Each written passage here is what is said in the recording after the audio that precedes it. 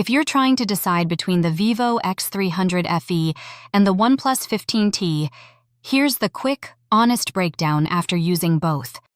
So, the Oneplus 15T is clearly built for performance and endurance. You're getting a massive 7500 mAh battery, super fast 100W charging, and a smoother 165Hz display that feels great for gaming. It's also the cheaper phone, so value-wise, it hits really hard. If you care about speed, battery life, and getting the most for your money, this one is hard to ignore. Now the Vivo X300 FE is a different story. It's more about refinement.